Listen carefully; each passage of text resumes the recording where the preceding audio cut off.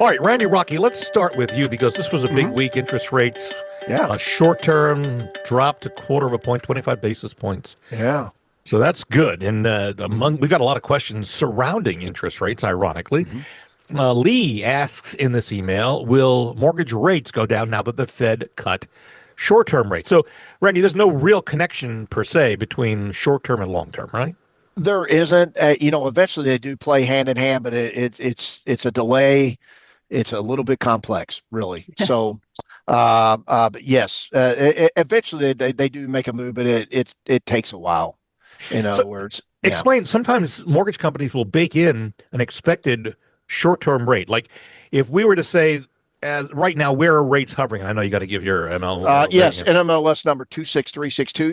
You're looking at, the FHA and VAs and, the high fives and the conventionals and the, low sixes, high fives. So yeah, what happens usually if they know that there's a rate cut coming 2 or 3 months later, we will get a little bit of a drop in long-term rates. So this has already been factored in. Mm. So, and I don't know what 2026 holds as far as short-term rates, but even if short-term rates don't move, there's a really good chance that long-term rates are going to move some in 2026. But if they don't, which we predicted before, again, marry the house, date the rate.